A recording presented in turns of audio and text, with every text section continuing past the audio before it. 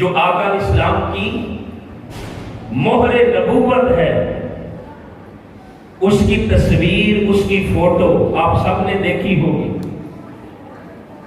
مہر نبوت دیکھی ہے نا آقا اسلام کی۔ اب مہر نبوت کے اندر جو کچھ لکھا گیا ہے وہ زبان ہے عربی، اور عربی زبان جب لکھتے ہیں تو دائیں سے بائیں لکھتے ہیں، اور آپ انگلش لکھتے ہیں بائیں سے دائیں لکھتے ہیں، اردو لکھتے ہیں دائیں سے بائیں لکھتے ہیں۔ یعنی دنیا کے اندر جب ہم کچھ لکھتے ہیں دائیں سے بائیں، بائیں سے دائیں لکھ رہے ہیں، اور جو عربی زبان ہے جس میں مہر نبوت ہے عربی زبان کے اندر، اس عربی زبان کو بھی دائیں سے بائیں لکھتے ہیں، لیکن آقا اسلام کی جو مہر نبوت ہے اس کے اندر لکھائی کس طرح ہے؟ نیچے سے اوپر کی طرف ہے، دائیں سے بائیں نہیں۔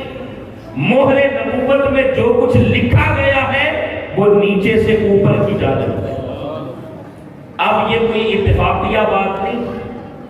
حضور شیخ الاسلام ڈاکٹر محمد طاہر القادری مدثر العالی آپ فرماتے ہیں یہ کوئی اتفاقیہ بات نہیں کہ آقا اسلام کی مہر نبوت ہو اور وہ اسی طرح ہونی تھی، نہ۔ اللہ نے جو اپنے محبوب کو مہر نبوت عطا کی ہے، اسی مہر نبوت کے ذریعے سے اللہ نے امت مسلمہ کو اپنا قرب اور معرفت کا راستہ سمجھا دیا۔ مہر نبوت میں جو سب سے نیچے نام لکھا گیا ہے وہ کون سا ہے؟ مہر نبوت میں جو سب سے نیچے نام ہے کس کا ہے؟ اللہ کے محبوب محمد مصطفیٰ کا۔ سب سے نیچے نام آقا اسلام کا کس لیے لکھا؟ فرمایا لوگوں اس لیے کہ اگر تم یہ چاہتے ہو کہ تمہیں ایمان کی دولت ملے، جو انسان کے لیے اس دنیا میں سب سے بڑی دولت ایمان کی ہے، فرمایا تم یہ چاہتے ہو تمہیں ایمان کی دولت ملے تو میں نے ایمان کا مرکز اور محور ذات مصطفیٰ کو بنا دیا ہے۔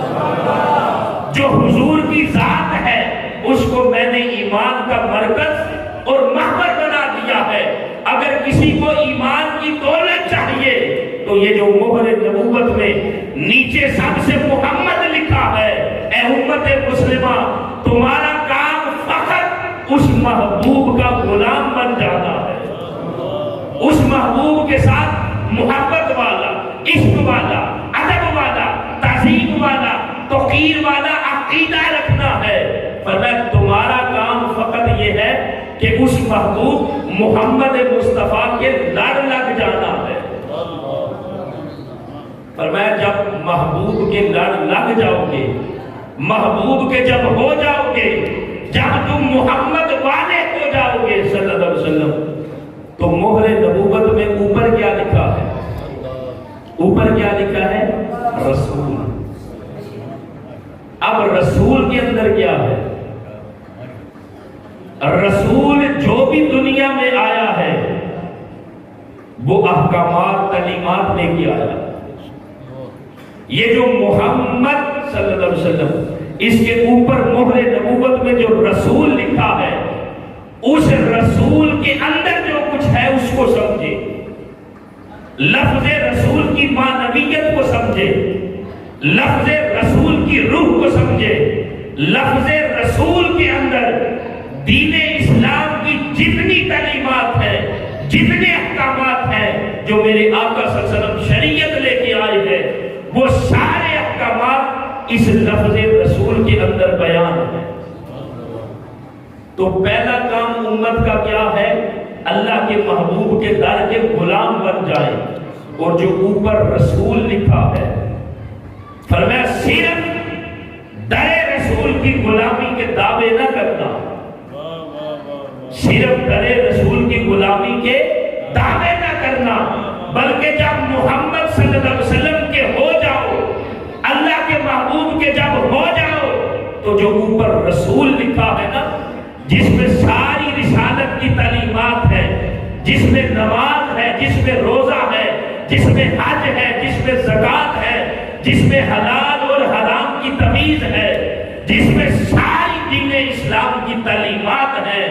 فرمایا جب محبوب کے ہو جاؤ تو پھر یہ جو کچھ رسول لے کے آیا ہے ان تعلیمات کو اپنانے والے بن جاؤ، ان احکامات پر عمل کرنے والے بن جاؤ۔ جب یہ دو چیزیں ہو گئی، مہر نبوت میں سب سے اوپر کیا لکھا ہے؟ اللہ۔ سب سے اوپر کیا لکھا ہے؟ اللہ۔ جو در رسول کا غلام ہو گیا اور آقا اسلام کی سنت اور سیرت کی اتباع کرنے والا ہو گیا، فرمایا جو اوپر اللہ لکھا ہے، اے بندہ خدا سمجھ لے، جب تو در رسول کا غلام بن گیا ہے تجھے حقیقت میں خدا کی معرفت و قرب مل گیا۔ تاجدار ختم نبوت زندہ باد، تاجدار ختم نبوت زندہ باد، تاجدار ختم نبوت زندہ باد، تاجدار ختم نبوت زندہ باد۔ لبیک لبیک لبیک یا رسول اللہ، لبیک لبیک لبیک یا رسول اللہ، لبیک لبیک لبیک یا رسول اللہ، لبیک لبیک لبیک یا رسول اللہ، لبیک لبیک لبیک یا رسول اللہ، لبیک لبیک یا رسول اللہ۔ تو دوستان محترم، یہی راز ہے آقا اسلام کی غلامی کے اندر۔ جو در رسول کا غلام بن گیا، اور غلامی میں نے کہا دو چیزوں کا نام ہے، اللہ کے محبوب کی محبت کا اور اتباع رسول کا۔ جس میں یہ دو چیزیں جمع ہو گئیں اسے خدا کی معرفت اور قرب مل گیا۔ دیکھیں نا، اگر آپ نے چھت پہ جانا ہو تو سیڑھیاں چھوڑ کے اوپر نہیں جا سکتے، سیڑھیوں کے واسطے کے ذریعے سے جائیں گے۔ ارے اللہ رب العزت نے اپنی ذات کی معرفت اور قرب کے لیے جو درمیان میں واسطہ اور وسیلہ رکھا ہے وہ ذات مصطفیٰ کا ہے۔ جو آقا اسلام کی ذات پاک کو چھوڑ کر، جو در رسول کی غلامی کو چھوڑ کر خدا کی معرفت اور قرب حاصل کرنا چاہے گا اسے خدا کی معرفت اور قرب نہیں ملے گا، اس لیے کہ راستہ ہی ایک ہے۔ جس ولی کو، جس اللہ کے محبوب بندے کو خدا کی معرفت اور خدا کا قرب ملا ہے اسی ذریعے سے ملا۔